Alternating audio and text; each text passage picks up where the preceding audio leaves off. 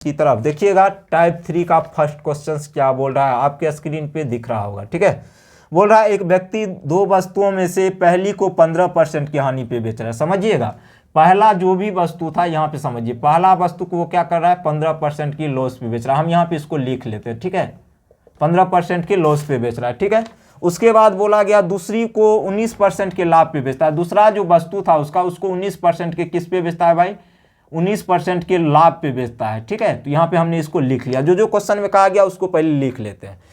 इस प्रकार उसे कुल मिलाकर इतना की हानि होती है, मतलब ₹90 की हानि होती है यदि वह प्रत्येक वस्तु को समान मूल्य पर बेचता है। समान मूल्य पर कहने का सेंस क्या हुआ, समान मूल्य पर कहने का सेंस ये हुआ कि जो दोनों वस्तु को जो जितना बेचेगा सेम प्राइस में बेचेगा। समान मूल्य पर बेचता है मतलब SP1 बराबर क्या है भाई, कंडीशन में आपके SP2 है, मतलब दोनों वस्तु का विक्रय मूल्य आपस में समान है। ठीक है, दोनों वस्तु का विक्रय मूल्य क्या है, समान है। दोनों वस्तु का विक्रय मूल्य समान, आराम से समझिएगा, कहीं भी कोई परेशानी नहीं होने वाली है। सबसे पहले देखिए, अगर हम यहाँ पे 15% का फ्रैक्शन वैल्यू निकाल सकते हैं, आप कहेंगे सर बिल्कुल निकाल सकते हैं। 15% का फ्रैक्शन वैल्यू होता है 3/20, लेकिन ये लॉस पे बेच रहा है। 19% का फ्रैक्शन वैल्यू होता है कितना भाई, 19% का आपका होता है 19/100, लेकिन इस पे हो रहा है आपको प्रॉफिट। जी बिल्कुल हो रहा है। अब देखिए यहाँ पे हम लिखते हैं CP, क्या लिखते हैं भाई, CP, ध्यान से समझिएगा।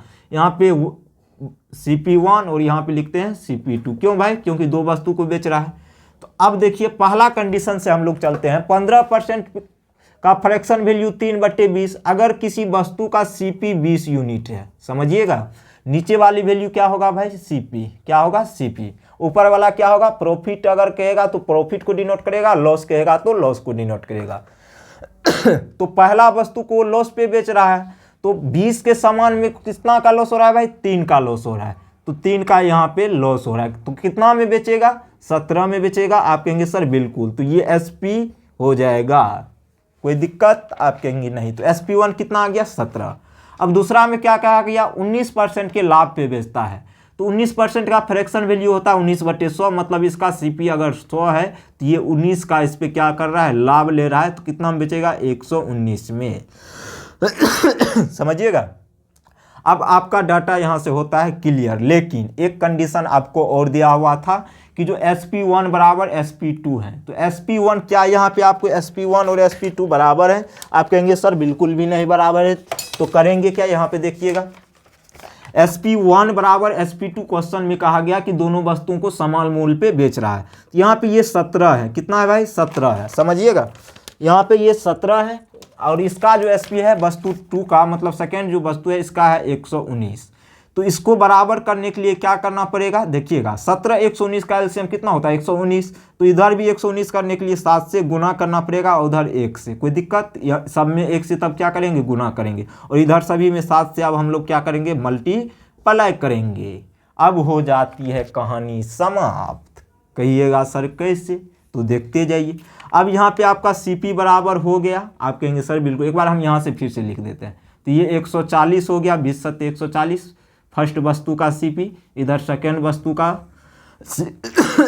CP 100 हो गया। ठीक है, यहाँ से ये कितना हो जाएगा, -21 यूनिट का इसको लॉस हो गया और यहाँ पे +19 यूनिट का इसको प्रॉफिट हो गया। सेकेंड वस्तु पे बेच रहा है, इसको 21 यूनिट के अब लॉस पे बेचेगा। इधर से हम क्या किए, इक्वल कर दिए, जैसा क्वेश्चन में आपको कहा गया था। तो अब इस डाटा का रोल है, अब इस डाटा का आपका रोल होगा। ठीक है, तो उसी को हम यहाँ पे हल करके लिख रहे हैं, उसके लिए आप टेंशन नहीं लीजिए। यहाँ से हो जाएंगे 17 7 119, ठीक है, और यहाँ से भी 119।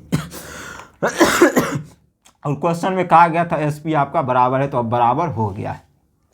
अब बोल रहा है उससे कुल मिलाकर इस कंडीशन में क्या होती है, ₹90 की हानि होती। भाई यहाँ पे 21 यूनिट का लॉस हो रहा है, यहाँ पे क्या हो रहा है भाई, +19 यूनिट का लाभ हो रहा है। तो इसको जब जोड़ेंगे, हल करेंगे, कितना यूनिट आएगा, -2 यूनिट। जैसे ही यहाँ पे रिजल्ट माइनस में आएगा, ये रिप्रेजेंट करेगा आपको लॉस को। तो 2 यूनिट का वैल्यू 90 है, तो 1 यूनिट का कितना हो जाएगा, 45 नहीं होगा। आप कहेंगे सर बिल्कुल हो जाएगा। और क्वेश्चन में आपसे क्या पूछा गया है, तो दूसरी वस्तु का क्रय मूल्य ज्ञात करें, और दूसरी वस्तु का क्रय मूल्य था 100 यूनिट, और अगर 1 यूनिट का वैल्यू 45, तो 100 यूनिट का वैल्यू नहीं निकालेंगे। आप कहेंगे सर बिल्कुल निकाल सकते हैं। तो 45 में 100 में 45 से क्या करेंगे, गुना कर देंगे। 100 में 45 से गुना, तो 4500 रुपया is the right answer your questions. ठीक था, ये रहा आपके क्वेश्चंस का सही जवाब। किस ऑप्शन में था, option number A is the right answer. ठीक है, अब हम लोग बढ़ते हैं क्वेश्चंस नंबर नेक्स्ट की तरफ। क्वेश्चंस नंबर नेक्स्ट, ठीक है, ऐसे ही बेहतरीन कॉन्सेप्ट के साथ हम लोग आगे बढ़ेंगे। देखिए क्वेश्चन में कुछ भी नहीं रहता है, सिर्फ आपको जो जो कहा जाए उसको आप फॉलो करते जाइए, क्वेश्चंस आपके सेकेंडों में बनेंगे। ठीक है, तो ये हमने आपको डिटेल थोड़ा सा स्टेप ज़्यादा लिया, उससे आपको परेशानी नहीं, क्योंकि हम आपको समझा रहे हैं तो मेरा फर्ज बनता है कि आपको अच्छी तरह से समझे। ठीक है, पसंद आए ना वो आपकी मर्जी है, लेकिन मेरा तो फर्ज बनता है सभी को अच्छी तरह से समझ में आए। ठीक है, अब हम लोग बढ़ते हैं क्वेश्चन नंबर 2 की तरफ। ठीक है, हम रेगुलर आपके लिए